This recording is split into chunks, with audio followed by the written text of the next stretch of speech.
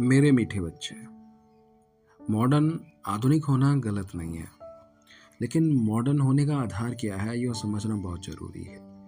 दुनिया जिसे मॉडर्न कहती है वो अक्सर केवल हमारी बाहरी दिखावा है, पर मैं तुम्हें रूहानी मॉडल यानी स्पिरिचुअल मॉडर्निटी बनाना चाहता हूँ।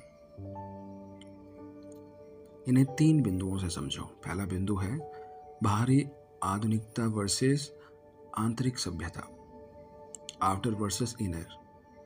दुनिया में लोग नए फैशन, महंगी वस्तुओं और नई तकनीक को मॉडर्न कहते हैं, और मैं कहता हूँ बच्चे, साधन टेक्नोलॉजी इस्तेमाल करना गलत नहीं है, लेकिन साधनों के गुलाम मत बनो। अगर तुम नई चीजें इस्तेमाल करते हुए भी अपने संस्कारों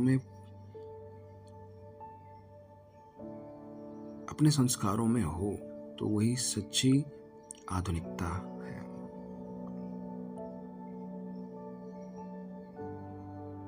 सच्चा मॉडर्न वो है जिसकी सोच नई हो और जो पुरानी रूढ़ियों, अंधविश्वासों और नफरत से आजाद हो। Simple living, high thinking.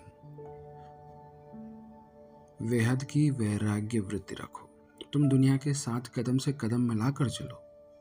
अच्छे कपड़े पहनो, अच्छी तकनीक इस्तेमाल करो, इसमें कोई मनाही नहीं है, लेकिन तुम्हारी सादगी में ही तुम्हारी महानता है। असली फैशन पवित्रता का है। जिसके चेहरे पर रूहानी मुस्कान और पवित्रता की चमक है, उससे बड़ा मॉडर्न कोई नहीं। नया युग और तुम बच्चे, तुम तो आने वाले सतयुग, नई दुनिया के मालिक बन रहे हो। सतयुग से ज़्यादा मॉडर्न दुनिया और कोई हो ही नहीं सकती। वहाँ सब कुछ नया, दिव्य और सुंदर होगा। उस नई दुनिया में जाने के लिए तुम्हें अपनी बुद्धि को मॉडर्न बनाना होगा। गंदे संकल्पों को छोड़कर पावन बनना ही सबसे बड़ी प्रगति है।